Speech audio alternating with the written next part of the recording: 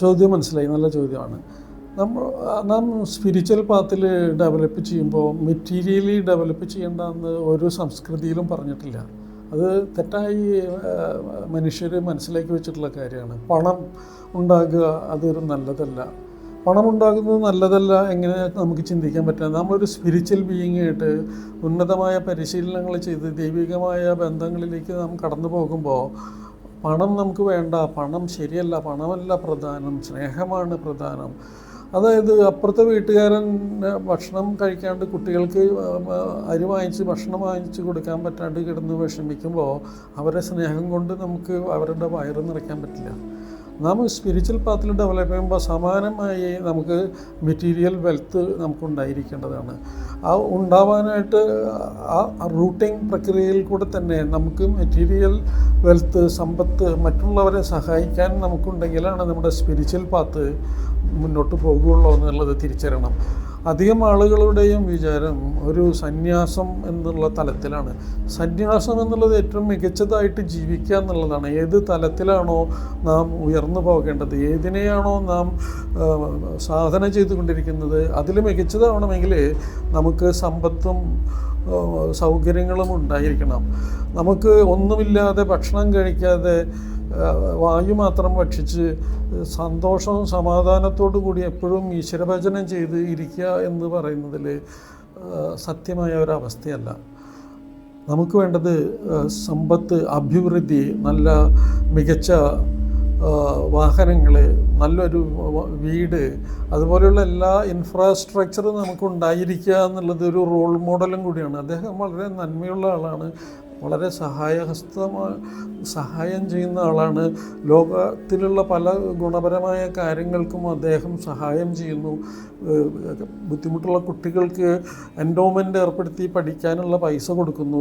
അതുമാതിരി ഭക്ഷണം ഇല്ലാത്ത ആളുകൾക്ക് ഭക്ഷണമായിട്ട് കിറ്റുകളായിട്ട് ഭക്ഷണപ്പൊതികൾ വിതരണം ചെയ്യുന്നു. അതുപോലെ തന്നെ തെരഞ്ഞു പിടിച്ച് വിഷമിക്കുന്ന ആളുകൾക്ക് അദ്ദേഹത്തിൻ്റെ ഒരുപാട് സ്ഥലങ്ങളുള്ളതിൽ നിന്ന് കുറച്ച് സ്ഥലം പാവപ്പെട്ടവർക്ക് വീട് വയ്ക്കാനായിട്ട് കൊടുക്കുന്നു, അവർക്ക് വീട് വെച്ച് കൊടുക്കുന്നു. അപ്പോൾ ഇതിനൊക്കെ നമുക്ക് പണമില്ലെങ്കിൽ നടക്കില്ലല്ലോ. പണം ഉണ്ടായിരിക്കുക എന്നുള്ളത് വളരെ പ്രധാനമാണ്. നാം എത്രമാത്രം സമ്പന്നതയോടുകൂടി ജീവിച്ചാലും ആ സമ്പന്നത നമുക്ക് തെറ്റായ ദിശകളിലേക്ക് ഉയർത്തിവിടാതെ, മറ്റുള്ളവരെ ദ്രോഹിക്കാനായിട്ട് ഉപയോഗിക്കാതെ നമുക്ക് മികച്ച കാര്യങ്ങളിലേക്ക് അത് ഒരു സ്പിരിച്വൽ പാത്തിൽ നിന്നുകൊണ്ട് തന്നെ നമുക്ക് ഉപയോഗിക്കാനായിട്ട് സാധിക്കും.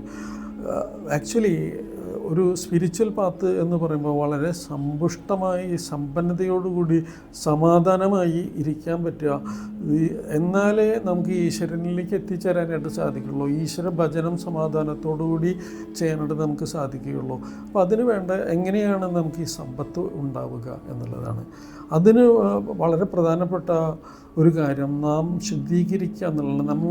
നാം എന്താണോ നാം വിതയ്ക്കുന്നത് അത് കൊയ്യാന്ന് നമ്മൾ കർമ്മനിയമത്തിൽ നിന്ന് പഠിച്ചിട്ടുണ്ട്. കർമ്മനിയമത്തിൽ സാധാരണ ആളുകളെ നിങ്ങൾ ആ തെറ്റ് ചെയ്താൽ അത് നിങ്ങൾക്ക് ശിക്ഷ കിട്ടുമെന്ന് പറയാനാണ് പൊതുവെ പല പാരമ്പര്യങ്ങളിലും പഠിപ്പിക്കുന്നത് കണ്ടിട്ടുള്ളത്. പക്ഷെ നമ്മളിവിടെ തിരിച്ചറിയേണ്ടത് കർമ്മനിയമം കൊണ്ട് എങ്ങനെ നമുക്കൊരു സമ്പന്നനാവാന്നുള്ളതാണ്.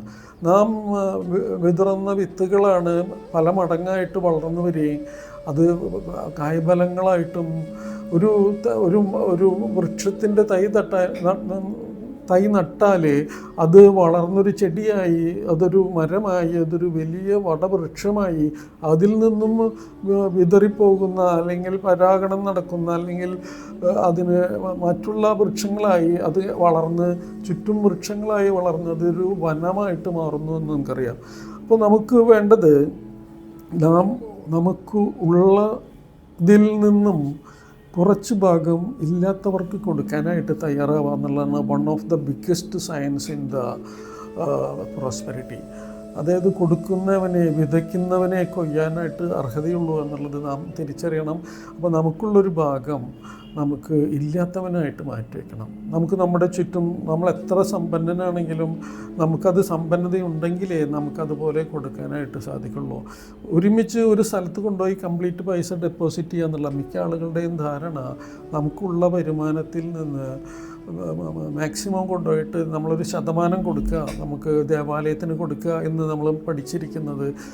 ആ അവരുടെ മതപാരമ്പര്യങ്ങളിൽ നിന്ന് പഠിച്ചത് അത് അനുവർത്തിക്കുന്നതിന് മുമ്പ് ഒന്ന് ആലോചിക്കേണ്ടത്, ഈ എത്ര ശതമാനമാണോ നാം നമ്മൾക്ക് കിട്ടുന്ന വരുമാനത്തിൽ നിന്ന് സഹായിക്കപ്പെടേണ്ടത്, അതല്ലാതെ ഒരു നമ്മുടെ ദേവാലയത്തിൽ മാത്രം കൊണ്ട് നിക്ഷേപിക്കാനല്ല ഉദ്ദേശിച്ചത്.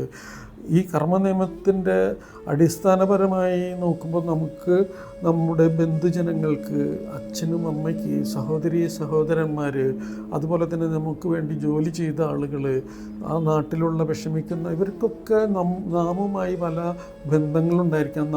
നാം വളർന്നു വന്ന സാഹചര്യങ്ങളിൽ നമുക്ക് ഓർമ്മയില്ലാതെ നമ്മെ സഹായിച്ച, അല്ലെങ്കിൽ വഴിയിൽ സൈക്കിളിൽ നിന്ന് വീണ നേരത്ത് പിടിച്ചെഴുന്നേൽപ്പിച്ച ശേഖരേട്ടൻ അവിടെ ഉണ്ടായിരിക്കും. അപ്പോൾ അദ്ദേഹത്തിന് ഇടയ്ക്കൊരു ഗിഫ്റ്റായിട്ട് ഇതൊക്കെ നമുക്ക് ചിലപ്പോൾ ഓർമ്മയുണ്ടാവില്ല. അപ്പം നമ്മുടെ നാട്ടിൽ വിഷമിക്കുന്ന ആളുകളെ കണ്ടെത്തി എന്തെങ്കിലുമൊക്കെ നമുക്ക് സഹായം ചെയ്യാനായിട്ട് സാധിക്കുക. ഉള്ളത് കൊണ്ടുപോയി ഇങ്ങനെ സഹായം ചെയ്യുന്നു പറയുന്ന സംഘടനകൾക്ക് കൊടുത്ത് അവരത് ദുർവിനിയോഗം ചെയ്യുന്നുണ്ടോ എന്ന് നമുക്ക് വ്യക്തതയില്ലാത്തത് കൊണ്ട് നാം നമ്മുടെ ചുറ്റുപാടുള്ള ആളുകളെ തന്നെ ഒന്ന് ഒബ്സർവ് ചെയ്താൽ നമുക്കത് കണ്ടെത്താനായിട്ട് സാധിക്കും.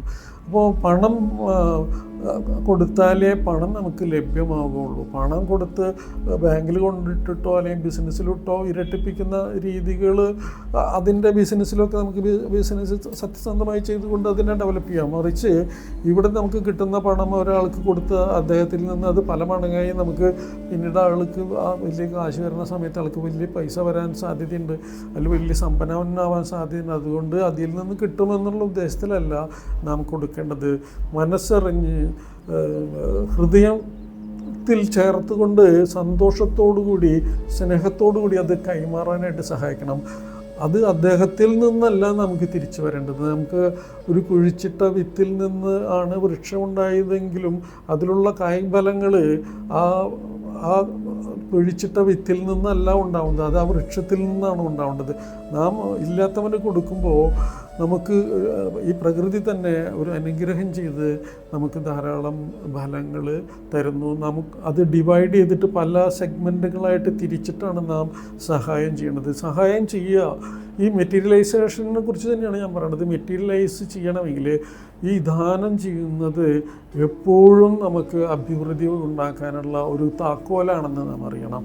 അതുപോലെ തന്നെ സേവനം ചെയ്യുക. നമുക്കൊരു കാര്യം പെട്ടെന്നൊരു വിഷമമുണ്ടായി, ഒരാൾക്ക് വിഷമമുണ്ടായി, അപ്പോൾ അയാളൊന്ന് സാന്ത്വനിപ്പിക്കുക, അല്ലെങ്കിൽ ഏതെങ്കിലുമൊക്കെ തരത്തിൽ എന്തെങ്കിലുമൊക്കെ സേവനങ്ങൾ ചെയ്യുക. ഹോസ്പിറ്റലുകളിൽ പോയിട്ട് അവിടെ വിഷമിക്കുന്നതും ബുദ്ധിമുട്ടുന്നവരെയൊക്കെ ഒന്ന് സാന്ത്വനിപ്പിക്കുക.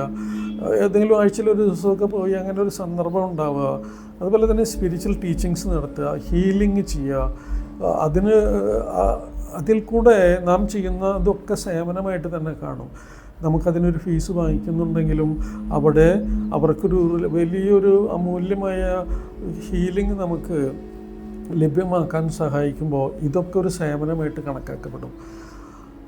വിലമതിക്കാത്ത ഹീലിങ്ങുകൾ, അതുപോലത്തെ വിലമതിക്കാനാവാത്ത ടീച്ചിങ്ങുകൾ, അതുപോലെ തന്നെ മറ്റു പലതരത്തിലുള്ള സർവീസുകൾ ചെയ്യുന്നത് നമ്മുടെ സാമ്പത്തികമായ അഭിവൃദ്ധി ഉണ്ടാവാനായിട്ട് സഹായിക്കും.